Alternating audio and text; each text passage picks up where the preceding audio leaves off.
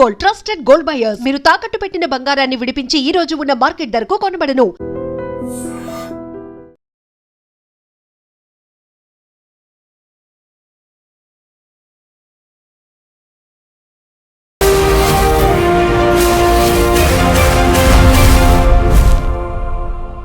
నమస్తే, welcome to iDream social spotlight with Kavitha. Pahalgam ఉగ్రదాడి తర్వాత భారతదేశం ఒక కీలకమైనటువంటి నిర్ణయం తీసుకుంది.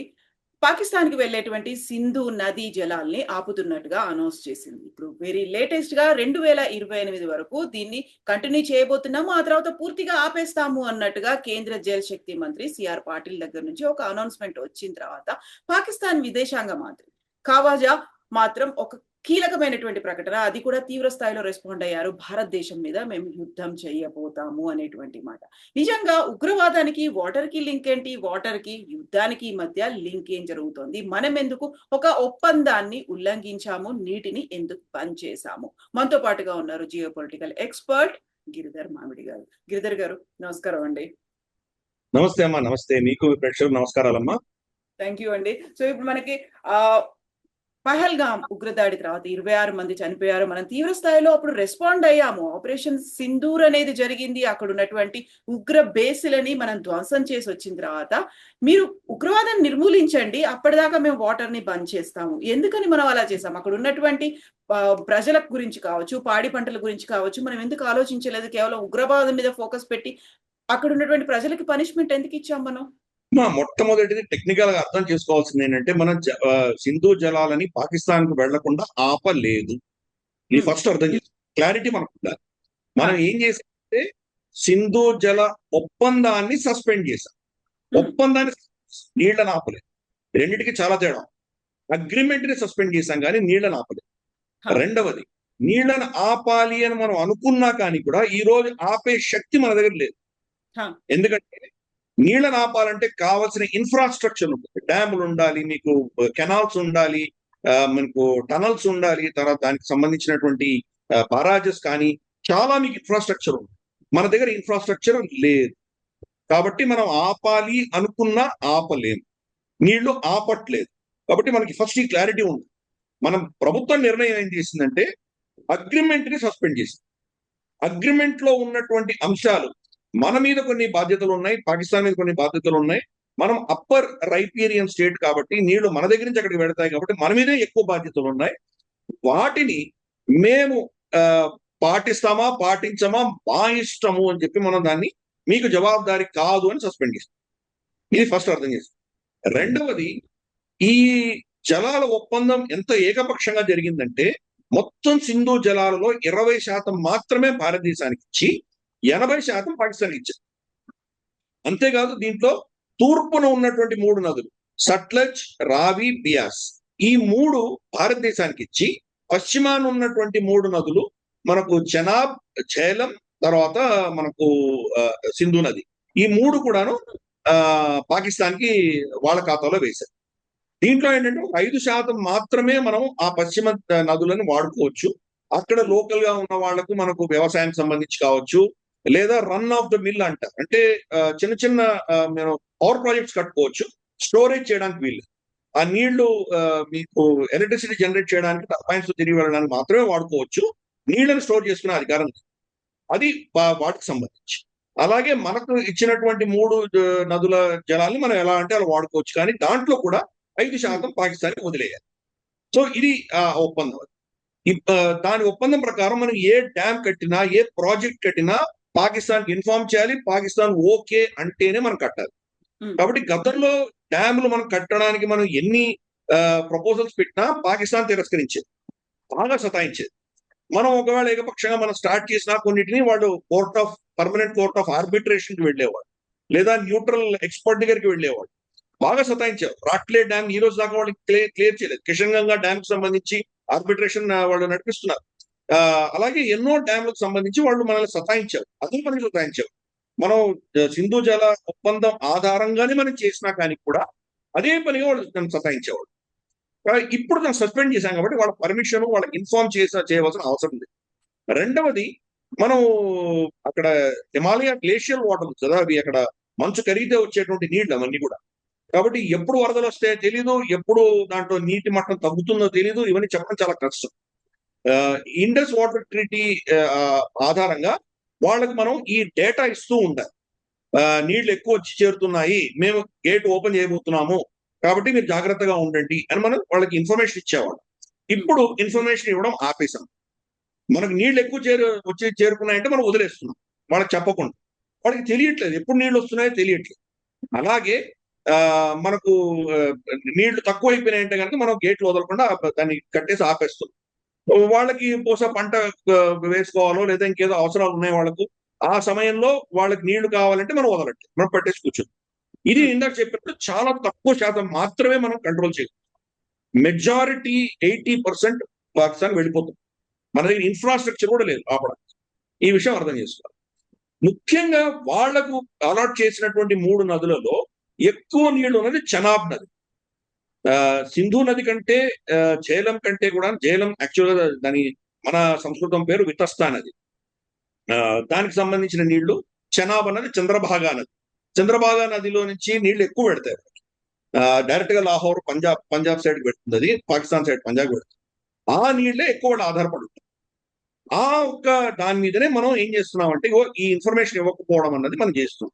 దాంతో ఇబ్బంది పడుతుంది. 2, మనం ఒక సంవత్సరమో ఒక క్వార్టర్ తీసుకుందాం లేదా ఒక సంవత్సరం తీసుకుందాం. ఈ సంవత్సరంలో గత సంవత్సరం సస్పెండ్ చేసి అప్పటి నుంచి ఇప్పటి వరకు సింధు జల ఒప్పందం ప్రకారం ఎన్ని నీళ్లు పంపించాలో వాళ్ళకి అన్ని నీళ్లు మనం పంపించాం. కానీ ఎప్పుడు పంపించామో మన ఇష్టం వచ్చినప్పుడు పంపించాం. వాళ్ళు దాన్ని స్టోర్ చేసుకోవడానికి వాళ్ళు డ్యాములు కట్టుకోలేదు. అది మన ప్రాబ్లమా, పాకిస్తాన్ ప్రాబ్లమా? ఈ రోజు వాళ్ళు మనం నీళ్లు వదిలిపెట్టామంటే దాన్ని స్టోర్ చేసుకోలేనటువంటి పరిస్థితి వాళ్ళకు వచ్చింది. కాబట్టి దానికి బాధ్యత వాళ్ళు వహించాలి. మనకు దాని మీద రెస్పాన్సిబిలిటీ లేదు. ఈరోజు నీళ్లు వదిలేం, మనం ఎందుకు స్టోర్ చేసుకోలేకుండా ఉన్నాడు? అది సముద్రంలో ఎందుకు వెళ్ళిపోతుంది? వాడి కోసం మనం స్టోర్ చేసి పెట్టాలా? ఎందుకు స్టోర్ చేయాలి మనం? సో ఇది అక్కడ ఉన్నటువంటి యాక్చువల్ గ్రౌండ్ లెవెల్ పరిస్థితి. తర్వాత ఇంకొక క్లాస్ దీంట్లో ఏముందంటే, మనం ప్రతి డ్యామ్ కు కూడా కింద గేట్స్ ఉంటాయి. ఆ డ్యామ్ కింద గేట్స్ ఉంటాయి. ఆ గేట్ తెరిస్తే కనుక అక్కడ వచ్చి చేరినటువంటి మట్టి రాళ్లు అన్ని కూడాను వెళ్ళిపోతాయి. సిల్టేషన్ అంటారు. డ్యామ్ ఉందంటే డ్యామ్ లో మట్టి రాళ్లు చేరే కొద్దీ దాని నీటి మట్టం తగ్గిపోతూ ఉంటుంది, రాళ్లు పెరుగుతాయి. కింద ఇది వదిలేసామంటే మట్టి రాళ్లు వెళ్ళిపోతే మళ్ళీ దాని స్టోరేజ్ కెపాసిటీ పెరుగుతుంది. లేదా డ్రెడ్జెస్ తీసుకొచ్చి దాన్ని సిల్టేషన్ చేయాలి. ప్రతిసారి సిల్టేషన్ మనం చేయాల్సినప్పుడు పాకిస్తాన్ పర్మిషన్ తీసుకోవాలి. అటువంటి పరిస్థితులు ఉండేవి గతంలో. నెహ్రూ ప్రభుత్వం నుంచి కూడా దాన్ని ఏం చేశారంటే కింద గేట్లని వెల్డింగ్ చేసి సీల్ చేసేసారు. మోదీ గారు అదే చెప్పారు, సీల్ చేసేసి ఉన్నాయి. నీళ్లు వెళ్లకుండా గత 70-80 ఏళ్లలో మన వాటా నీళ్లు స్టోర్ చేసుకోవాల్సింది కూడా మనం స్టోర్ చేసుకోలేకుండా ఉన్నాం. ఆ రాళ్లు మట్టి చేరుకోవడంతో 80 ఏళ్లలో మన కెపాసిటీ చాలా గణనీయంగా పడిపోయింది. సో ఇప్పుడు ఏం చేసామంటే వాళ్ళ పర్మిషన్ లేకుండా ఆ రాళ్లు రప్ప చెత్త అంతా వదిలేసాం. దాంతో మనకు స్టోరేజ్ కెపాసిటీ పెరిగింది. సో మన అధీనంలో మనం ఏం చేయాలో అవి చేస్తున్నాం. కాబట్టి వాళ్ళ పర్మిషన్ కానీ వాళ్ళకి ఇన్ఫర్మేషన్ కానీ ఇవ్వకుండా మనం ఏం చేయాలో అవి చేస్తున్నాము. కానీ మళ్ళీ పదే చెప్తున్నారు, వాళ్ళ రైతులనో వాళ్ళ ప్రజలనో నీళ్లు లేకుండా ఇబ్బంది పెట్టేటువంటి పరిస్థితి మనం చెయ్యట్లేదు. వాళ్ళకి సఫిషియెంట్ గా నీళ్లు వెళుతున్నాయి. వాళ్ళు అక్కడ డ్యాములు ప్రాజెక్టులు కట్టుకోలేదు కాబట్టి ఈ రోజు వాళ్ళు అవస్థపడుతున్నారు. వాళ్ళకు వరదలు వస్తున్నాయి, వాళ్ళకి వచ్చేటువంటి ప్రాబ్లమ్స్ అన్ని వాళ్ళు ఇన్వెస్ట్మెంట్ చేయలేదు ఇంతగా. అది వాళ్ళ ప్రాబ్లం, మన ప్రాబ్లం కాదు. రెండవది, మనకు ఇప్పుడు సేమ్ కార్బన్ కాపీ మనం చూద్దాం. చైనా మనతో అదే చేస్తుంది. మనకు చైనాకు ఒప్పందం లేదు. యార్లాంగ్ జాంగ్పో అంటారు వాళ్ళు. బ్రహ్మపుత్ర నదిని వాళ్ళు యార్లాంగ్ జాంగ్పో అని పిలుస్తారు. గ్రేట్ బెండ్ అని ఉంటుంది. మనకు మ్యాప్ చూసామంటే మనకు కైలాష్ పర్వతం నుంచి బ్రహ్మపుత్ర వెళుతుంది. అది వెళ్ళి టిబెట్ లో ఒక పాయింట్ లో తిరిగి దక్షిణాన తిరిగి స్ట్రైట్ డ్రాప్ మనకు అరుణాచల్ ప్రదేశ్కి వస్తుంది. ఆ బెండ్ కి జస్ట్ ముందర ప్రపంచంలోనే అతి పెద్ద డ్యామ్ కడుతుంది చైనా. నీళ్ళని ఆపేసేటువంటి ప్రయత్నం చేస్తున్నారు. వాళ్ళు కూడా మనకి ఏం ఇన్ఫర్మేషన్ ఇవ్వరు, వాళ్ళు ఇష్టం వాళ్ళు చేస్తున్నారు. మనకు అక్కడ అదృష్టం ఏంటంటే 80%, 85% బ్రహ్మపుత్ర నదిలో వచ్చే నీళ్ళన్ని కూడా అరుణాచల్ ప్రదేశ్ లో ఉన్న నదుల నుంచే వస్తుంది. జస్ట్ 10-15% వాళ్ళ దగ్గర నుంచి వస్తుంది. కాబట్టి ఇది అప్పర్ రైపీరియన్ స్టేట్స్ ప్రతి దగ్గర ఇటువంటి సమస్యలు ఉన్నాయి. కాబట్టి మన ఇంట్రెస్ట్ ప్రకారం మనం చూసుకుంటాం. ఈ నదులలో క్రమేపీ అంటే ఇండస్ వాటర్ ట్రీటీ 1960లో సంతకం పెట్టారు. అప్పటికి ఇప్పటికీ జనరల్ గా నదుల్లో నీటి ప్రవాహం తగ్గిపోయింది. మనకు అక్కడ గ్లేషియల్ మెల్టింగ్ తగ్గిపోవచ్చు, నీళ్లు అయిపోయి ఉండొచ్చు, చాలా కారణాలు ఉంటాయి దానికి. ఎన్నో కారణాల వల్ల నీటి యొక్క ప్రవాహం తగ్గిపోయింది. మనం ఏం చేసాము, మనకిచ్చినటువంటి సట్లెజ్ ని బాగా సద్వినియోగం చేసుకున్నాము. బాక్రా నంగల్ డ్యామ్ దగ్గర నుంచి చాలా డ్యామ్స్ కట్టుకున్నాము. ఆ నీళ్ళన్నీ కూడా మనకు కంప్లీట్ గా రాజస్థాన్ ఎడారిలో కూడా మనం నీళ్లు తీసుకెళ్ళగలిగాము. కాబట్టి సట్లెజ్ ని కంప్లీట్ గా మనం యూటిలైజ్ చేసుకున్నాం. వాళ్ళని డ్యాములు కట్టుకొని దాన్ని వాడుకోవద్దని ఎవరు చెప్పారు వాళ్ళకి? ఆ పైసలన్నీ టెర్రరిజం మీద ఖర్చు పెట్టకుండా, వాళ్ళు జోబులు నింపుకోకుండా ప్రజల కోసం వాళ్ళు ప్రాజెక్టులు కట్టుకుంటే ఈ రోజు ఆ ఇబ్బంది ఉండేది కదా. సో సంవత్సరాంతానికి మనం ఎక్కడ ఎవరికి మనల్ని వచ్చి ప్రశ్నించినా, అఫ్కోర్స్ మనం ఎవరు జవాబారి కాదు, కానీ వాళ్ళ వాటాలో వెళ్ళవలసిన నీళ్లను మనం ఏం ఆపలేదు, వాళ్ళకి వెడుతున్నాయి. కానీ దాన్ని వాళ్ళు వినియోగం చేసుకోలేకుండా, ఈ రోజు వరి నాట్లో ఏదో పని ఉంది, వాళ్ళకి ఏదో దానికి నీళ్లు కావాలి, మనం ఇవ్వం. కాకపోతే అక్కడ ఉన్నటువంటి ట్రీటీలో ఆ ఒప్పందంలో ఉంది, వాళ్ళ పర్మిషన్స్ తీసుకోవాలి, కనీసం అట్లీస్ట్ వాళ్ళకి ఇన్ఫర్మేషన్ అనేదన్నా ఇవ్వాలి అనేది. మాకు ఇన్ఫర్మేషన్ ఇవ్వట్లేదు, మాకు చెప్పకుండానే అక్కడ ప్రాజెక్టులు కూడా నిర్మిస్తున్నారు, మాకు రావాల్సినటువంటి న్యాయమైన వాటా అనేది దక్కకుండా, ఎప్పుడైతే 1960s లో చేసుకున్నటువంటి ఒప్పందాన్ని భారతదేశమే వయలేట్ చేస్తోంది, అక్కడ మీరు కనుక వాటర్ వదలకపోతే ఇక్కడ తీవ్రమైనటువంటి ఇక్కట్లు ఉన్నాయి కాబట్టి మేము తీవ్ర స్థాయిలో రెస్పాండ్ అవ్వబోతున్నాము, యుద్ధాన్ని, సైన్యాన్ని కూడా మేము ఉపయోగించుకుంటాము అనే మాట. కరెక్ట్, మేము వైలేట్ చేస్తాం. న్యాయము అన్నది ఒక ఏకపక్షంగా ఉండదు కదా. నువ్వు అన్యాయంగా మా భూభాగాన్ని ఆక్రమించుకున్నావు ఫస్ట్. రెండు, నువ్వు న్యాయబద్ధంగా ఏం చేస్తున్నావు, మా దేశం మీద అరాచకం సృష్టిస్తున్నావు, టెర్రరిస్టులు పంపిస్తున్నావు, మీ కమాండోలు వచ్చి పహల్గాంలో చంపారు.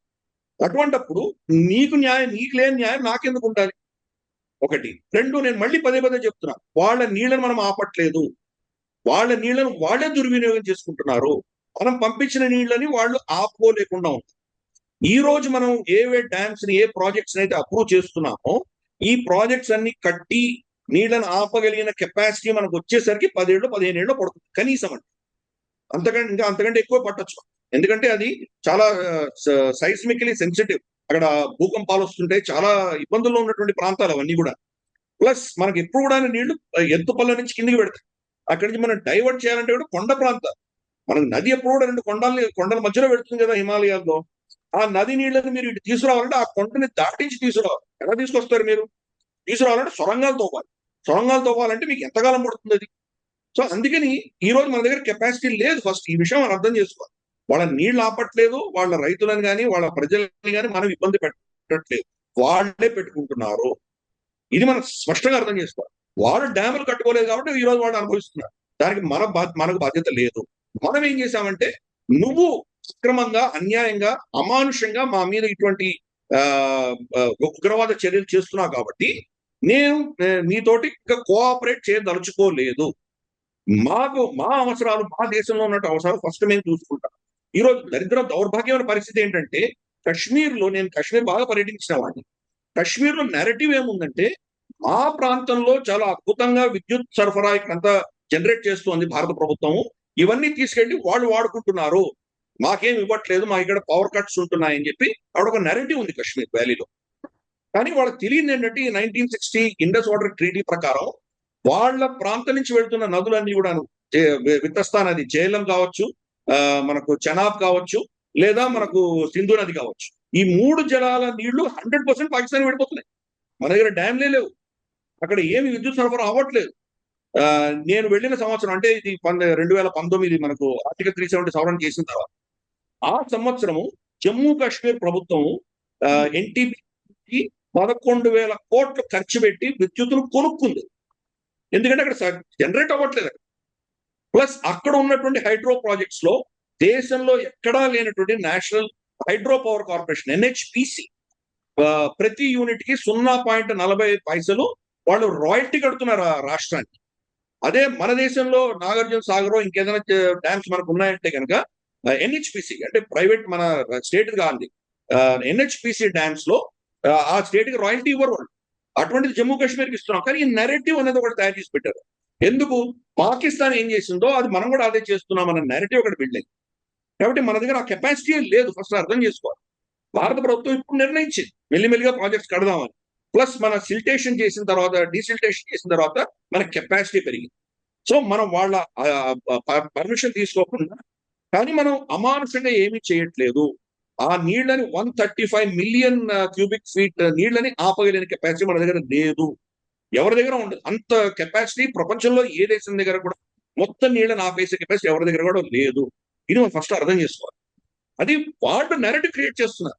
ఏదో విధంగా భారతదేశాన్ని వాళ్ళ తప్పిదాలు, వాళ్ళ ఫెయిల్యూర్స్ ని మన మీద, మన క్యాంపుల మీద వేసేటువంటి ప్రయత్నం వాళ్ళు చేస్తున్నారు. మేమేం తప్పు చేయట్లేదు, వీళ్ళు ఆపేస్తున్నారు కాబట్టి మేము వాళ్ళకి యుద్ధం చేస్తామని ప్రగల్భాలు పలుకుతున్నారు.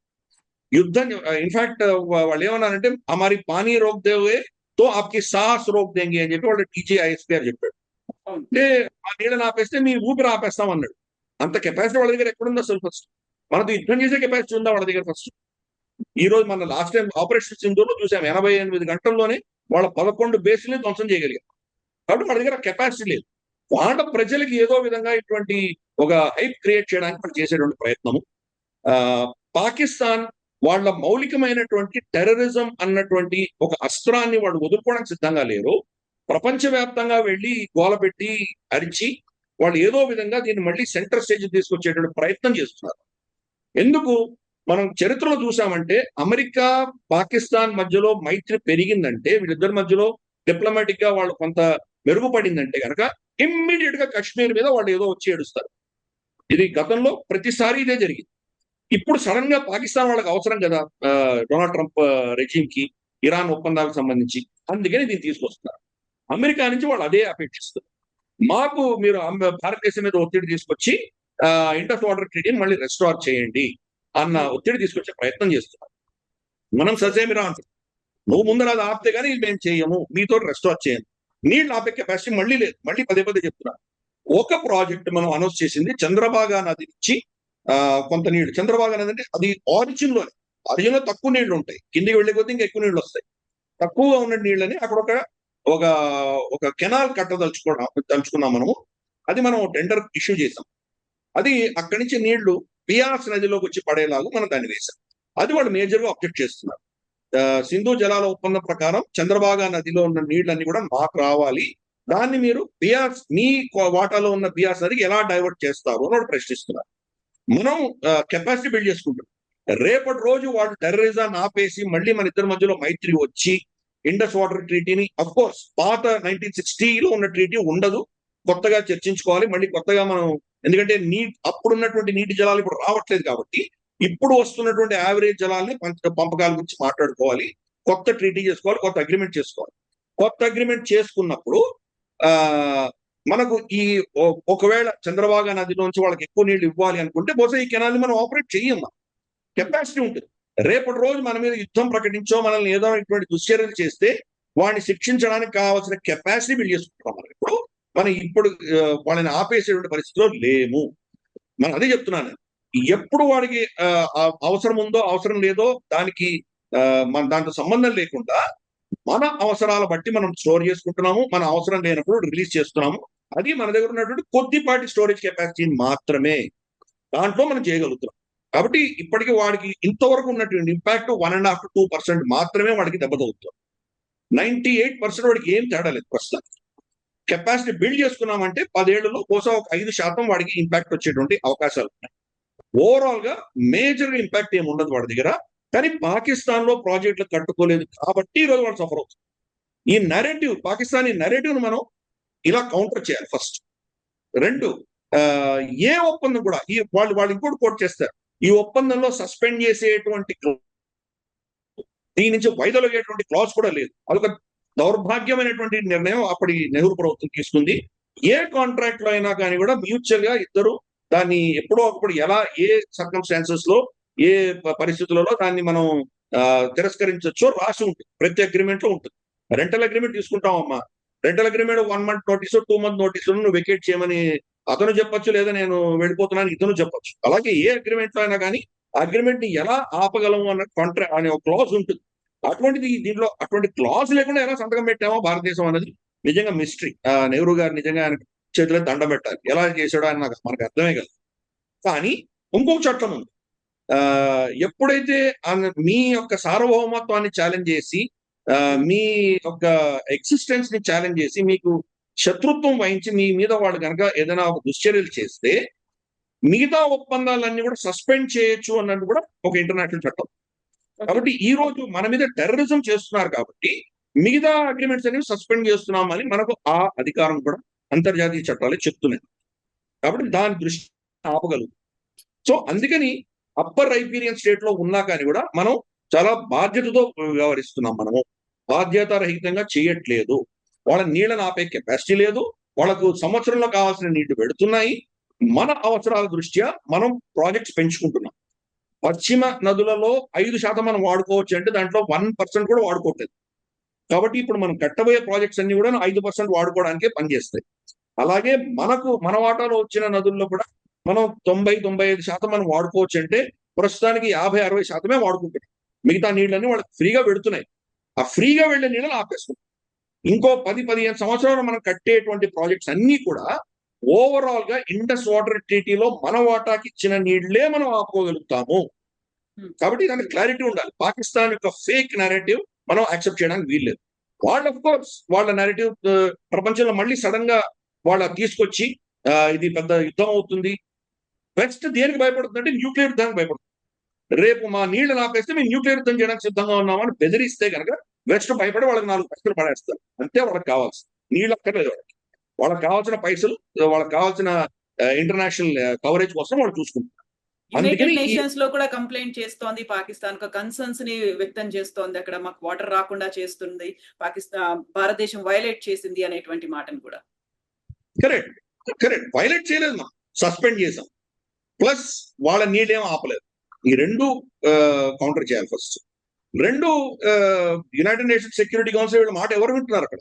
కాశ్మీర్ అనేది completely out of the agenda, ఎవరు పట్టించుకోరు. సో వీళ్ళ గోల వీళ్ళు చేస్తూనే ఉంటారు. కొన్ని థింక్ ట్యాంక్స్ ని పెట్టారు, చట్టం హౌస్ లాంటివి. కొన్ని థింక్ ట్యాంక్స్ వెళ్ళి వీళ్ళు పైసలు ఇచ్చి మనకు వ్యతిరేకంగా రిపోర్ట్ రాయించారు. ఇది కనుక రెస్టోర్ అయితే మళ్ళీ ఒక విధమైనటువంటి ఫ్రెండ్లీ అట్మాస్ఫియర్ అవుతుంది, అప్పుడు చర్చలు మొదలు పెట్టవచ్చు. ఇటువంటివన్నీ వాళ్ళు ఏదో రాసుకుంటూ వచ్చారు. కానీ మౌలికంగా ఈ అగ్రిమెంట్స్ ని సస్పెండ్ చేస్తే కనుక దానికి వ్యతిరేకంగా అంతర్జాతీయ వ్యవస్థలు ఏవైతే ఉన్నాయో ఏవి కూడా ఇంపోజ్ చేసే కెపాసిటీలో ఏదీ లేదు. ఈ రోజు ఫర్ ఇన్స్టెన్స్ మనకు చైనాకు మధ్యలో ఒప్పందాలు ఉండింది. మనం అస్త్రాలు తీసుకొని రాకూడదు, ఎల్ఏసి దగ్గర గస్తీ తిరిగే దగ్గర మనం అస్త్రాలు తీసుకురాకూడదు, ఒక ఒప్పందం ఉంది. వాళ్ళు ఏం చేశారు? వాళ్ళు బేస్బాల్ బ్యాట్లు తీసుకొచ్చి దాంట్లో ముళ్ళ కంపెనీ చుట్టొచ్చి మన సైనికులు కొట్టి చంపారు. 20 మందిని చంపారు. సంతోష్ బాబు గారితో వాళ్ళు ఉల్లంఘించారు కదా. ఇప్పుడు మనం దాన్ని కంప్లీట్ గా ఆ అగ్రిమెంట్ ని తిరగరాసాం. మనం ఇప్పుడు మన వాళ్ళు గన్స్ తోటి గస్తీ తిరుగుతున్నారు. కాబట్టి ఉల్లంఘించింది వాళ్ళు. కానీ వాళ్ళ మీద ఏమైనా ప్రపంచవ్యాప్తంగా ఏమైనా వాళ్ళ మీద ఆంక్షలు విధించగలిగారు ఎవరైనా? అమెరికా ఈ రోజు వెళ్ళి అంతర్జాతీయ చట్టాలని కంప్లీట్ గా ఉల్లంఘిస్తూ ఒక విధమైనటువంటి వార్ క్రైమ్ చేసింది. 168 మంది చిన్న పిల్లలు, ఆడపిల్లల్ని చంపింది అక్కడ మినాబ్లో.